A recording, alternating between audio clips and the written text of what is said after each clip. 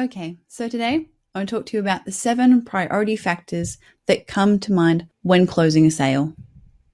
So if you're not sure why people buy, or you're interested in finding out the things that subconsciously matter to people when making a purchase, or you want to take a new approach to your sales process that'll help you close the deal, these priority factors will give you some new options for your sales process that are psychologically proven to work, letting you understand more about the mentality behind buying, whether that's yourself or a potential client. Here are 7 of the motivators behind someone's purchase, other than their need or want for the product. The first is when there's a sense of urgency. For example, all of the limited time offers you see when you go to a shopping center or even out to a local takeout. This is by far one of the most used in the general marketplace, and it still works. Another popular factor that's used by many businesses is making someone feel like they're going to miss out on something great if they don't take action. Like when you hear a commercial that says, for the next 5 callers, you also get this free thing.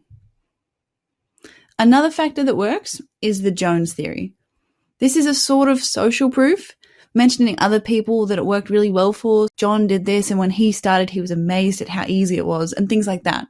A lot of companies use testimonials or case studies to achieve this, and it works really well. Possibly one of the most surprising factors is that people will buy a product simply because they liked or trusted the person that tried to sell it to them. There is a saying, people buy from people they like, know, and trust, and this is so true. And this is because people feel it's harder to say no to someone they like, but also because if someone they can put their trust into is promoting a product or service, some of that trust is passed along to assuming the product or service is good. This next one is where you get them to agree on something before you actually get them to say yes to your product or service. For example, would you agree that if you keep cutting your lawn with scissors, you'd be wasting a lot more time than if you had something that cut large patches for you all at once? Now, that's a super extreme example for if you're trying to sell a lawnmower to someone that never owned one before, but you get the idea. Now, frugality is a pretty simple one, but it is quite a big one because we all like to save some money.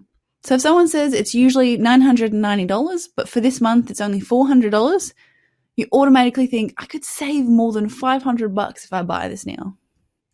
And this final factor, this one's not used as much, and it's indifference. You have to be slightly more careful when you use this factor, but when used appropriately, it works really well for those skeptical people who are still viewing you as a salesperson, just trying to sell them stuff. You simply say something like, it makes no real difference to me if you buy or not, and then you give them the option to buy. This works really well when stacked with something like frugality. So you could say, it makes no real difference to me if you buy or not, but if you are interested, it's usually $990, but we have this special for this month, so it's only $400. Because we wouldn't be trying to sell it to someone if it wasn't going to suit them. So it shouldn't matter to us if they buy or not, because it should be an easy buy for the client. So give it a go. Try putting one of these priority factors into your sales process and see if your conversion increases at all.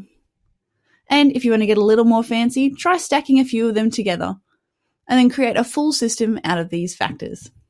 And if you like this video, go to tradescoaching.com/chat and book in to have a chat to myself or one of our coaches about how we can help you in your business.